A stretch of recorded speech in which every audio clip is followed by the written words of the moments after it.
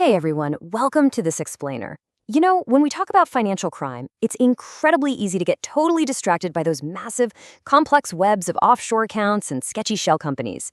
But before literally any of that can happen, there has to be a starting line. So today, we're looking at the absolute foundation of all illicit finance, predicate crimes. Okay, let's dive into this. We really need to start with a surprisingly simple question. Where does dirty money actually come from?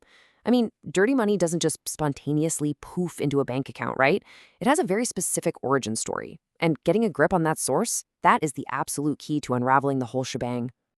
Section 1, Anatomy of a Crime. It's so important to recognize that money laundering does not happen in a vacuum. It's actually part of a sequential process, kind of like a giant puzzle. Step 1, a criminal act actually has to occur. Then, step 2, that specific act generates illicit proceeds, the dirty money. And only then do we finally hit step 3, money laundering. Basically, you absolutely cannot launder money if there's no criminal property generated in the first place. Moving on to Section 2, what are predicate crimes? So the crucial point is that a predicate crime, or sometimes you'll hear it called a predicate offense, consists of the underlying criminal acts that generate the proceeds which might then be laundered. Honestly, think of this as the absolute source code for all illicit finance. Without this initial spark, the entire financial crime machinery has literally nothing to process. It's dead in the water. But what do these actually look like out in the real world? Well, they're the headlines we see every single day. We're talking fraud, corruption, trafficking, tax crimes, market manipulation, and, by the way, increasingly environmental crime, which is actually one of the fastest growing predicate offenses globally right now.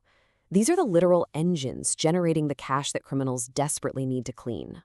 All right, Section 3, setting global standards. Because the stakes here are just incredibly high, authoritative global bodies step in to set some very firm boundaries. The Financial Action Task Force, or FATF, defines criminal activity as all criminal acts that would constitute a predicate offense for money laundering in a country. And more importantly, FATF Recommendation 3 draws a hard line.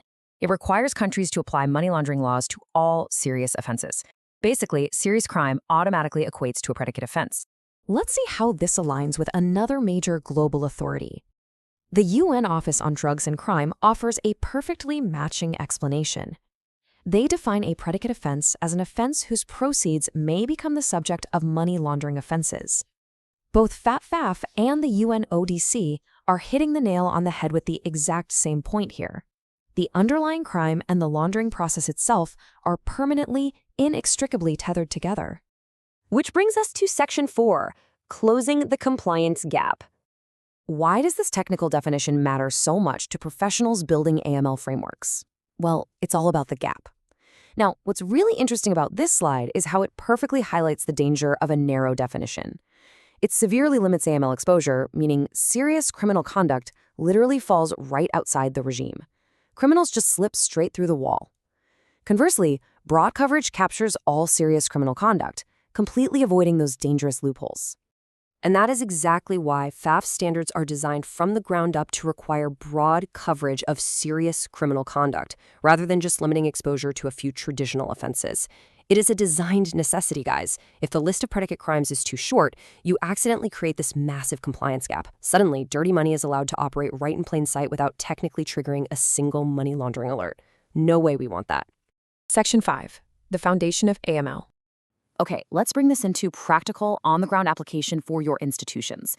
Your AML controls must be deeply informed by the specific topologies of the underlying crimes most relevant to your customers, your products, and your geographies.